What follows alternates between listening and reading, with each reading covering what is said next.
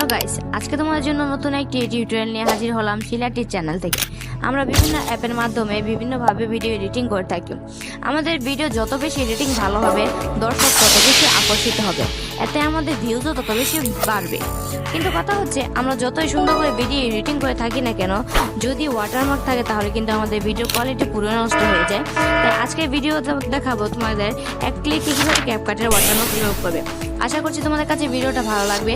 ভালো থাকলে অবশ্যই আমার চ্যানেলটাকে সাবস্ক্রাইব করে নোটিফিকেশন অল করে রাখবে। তো চলো বেশি বকবক না করে চলে যাই মোবাইলে। আসলাম আমরা মোবাইল স্ক্রিনে।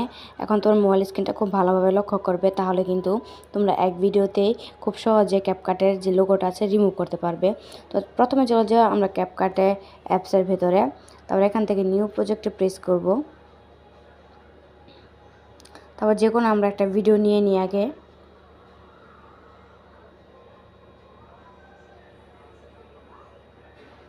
তো আমি নিয়ে নিয়েছি। এখান থেকে আমরা উপরের যে অপশনটা দেখতে পাচ্ছ তোমরা, উপরের এই অপশনটা মধ্যে তোমরা প্রেস করবে।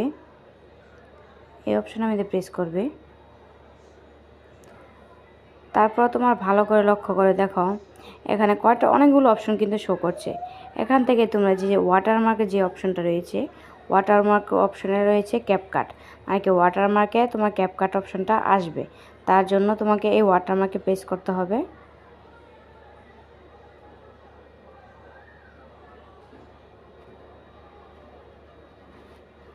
তো এখানে ভালো করে লক্ষ্য করে দেখো,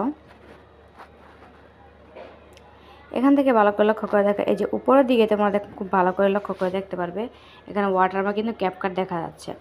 তো এখানে লেখা আছে ওয়াটারমার্ক ক্যাপকাট বেসিক্যালি আর হিডেন।